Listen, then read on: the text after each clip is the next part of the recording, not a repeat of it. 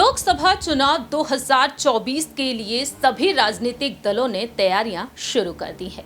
26 राजनीतिक दल एकजुट हो चुके हैं। 18 जुलाई के दिन बेंगलुरु में एक अहम बैठक हुई और इस बैठक में एक खास संदेश दिया गया। महागठबंधन को नाम दिया गया इंडिया।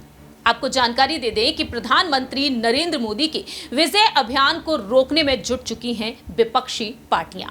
ऐसे में सवाल खड़े होते हैं कि जिस तरह से देश भर में सियासत तो गरमाई हुई है, देश भर में देखा जाए तो अलग अलग राज्यों में जो लोकसभा सीटें आती हैं उनको लेकर रणनीतियां बनाई जा रही हैं, लेकिन यहां पर देखा जाए तो उत्तर प्रदेश में सियासत सबसे तेज होती हुई दिखाई दे रही है। उत्तर प्रदेश की सियासत में अगर जीत हासिल कर ली जाए तो दिल्ली की सियासत के दरवाजे खुद पर खुद खुल जाते हैं। लेकिन यहां पर अगर रुख किया जाए लोकसभा सीटों की तरफ, 543 लोकसभा सीटें हैं जिनमें से 80 लोकसभा सीटें उत्तर प्रदेश में आती हैं।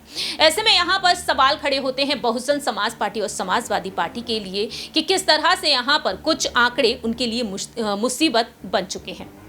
नमस्कार, मैं प्रांशु राठौर और आप देख रहे हैं नेक्स्ट 9 न्यूज। जहां एक तरफ बसपा सुप्रीमो मायावती ऐलान कर चुकी हैं कि वह लोकसभा चुनाव अकेले लड़ेंगी और सपा प्रमुख अखिलेश यादव महागठबंधन से जुड़े हुए हैं। ऐसे में देखा जाए यहां पर सवाल खड़े होते हैं कि क्या वाकई में बहुजन समाज पार्टी की सुप्रीमो मायावती अपने फैसले पर अडिग रहेंगी? क्या वाकई में वह लोकसभा चुनाव आगे चलकर अकेले ही लड़ती हुई देखी जाएंगी या फिर इनके इस फैसले में बदलाव देखने को मिलेगा जीत के लिए?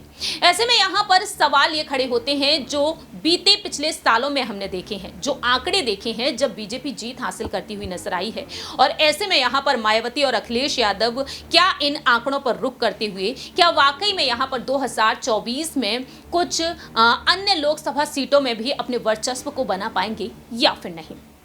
दरअसल आपको बता दें, उत्तर प्रदेश में लोकसभा की सबसे ज्यादा 80 सीटें आती हैं।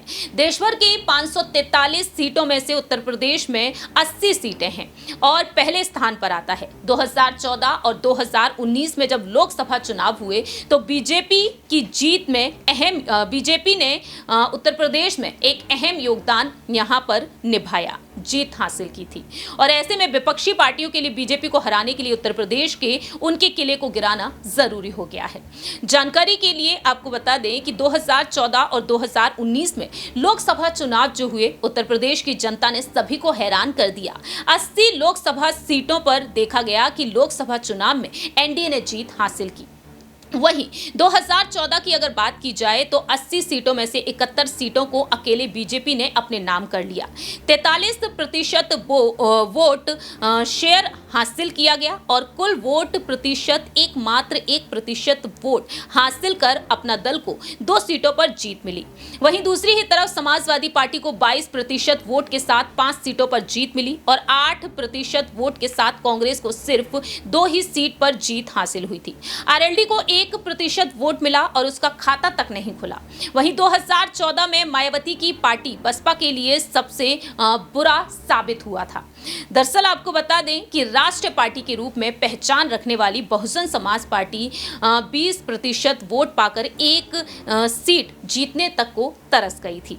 लेकिन 2019 में एक बार फिर से इतिहास को दोहराया गया। यहाँ पर बीजेपी कुछ सीटों पर नुकसान पाती हुई नजर आई। बहुजन समाज पार्टी अपनी साख बचाती हुई नजर आई। 2019 के दौरान एनडीए में बीजेपी और अपना दल एस ने एक साथ मिलकर चुनाव लड़ा और एनडीए का तकरीबन 51% वोट शेयर रहा, जिसमें 50% वोट शेयर के साथ बीजेपी ने 62 लोकसभा सीटें अपने नाम की। लेकिन अपना दल फिर से 1% वोट शेयर के साथ 2 सीट पर जीत हासिल की। लेकिन यहां पर दूसरी ही तरफ देखा गया महागठबंधन, बहुजन समाज पार्टी, समाजवादी पार्टी और राष्ट्रीय लोकदल, 39% वोट शेयर मिला था, जिसमें बसपा को 19%, सपा को 18% और रालोद को 2% वोट मिले थे। तो इसके साथ ही सीटों की बात की जाए तो अपनी साख बचाने में बहुजन समाज पार्टी ने 10 सीटों को अपने नाम किया और सपा ने पिछली बार की तरफ 5 सीटों पर जीत हासिल कर पाई। लेकिन आरएलडी के हाथ एक बार फिर से खाली रह गए। यहाँ पर कांग्रेस पार्टी भी देखा जाए तो काफी बुरी स्थिति का सामना करती हुई नजर आई। महज 6% वोट साझा किए और एक ही सीट पर जीत जीत मिली। अब यहाँ पर सवाल खड़े होते हैं कि 2024 में जब ये चुनाव होंगे तो इन चुनाव में क्या वाकई में बहुजन समाज पार्टी और समाजवादी पार्टी अपने वर्चस्व को बचा पाएगी या फिर नहीं, क्योंकि देखा जाए उत्तर प्रदेश में एक बार फिर से बीजेपी सत्ता में है, योगी आदित्यनाथ एक बार फिर से मुख्यमंत्री हैं और ऐसे में यहाँ पर अहम रणनीतियां देखने को मिलेंगी पीएम मोदी, गृह मंत्री अमित शाह और राष्ट्रीय अध्यक्ष जेपी नड्डा की भी। इस खास रिपोर्ट में इतना ही। बाकी की तमाम अपडेट्स के लिए देखते रहिए नेक्स्ट 9 न्यूज।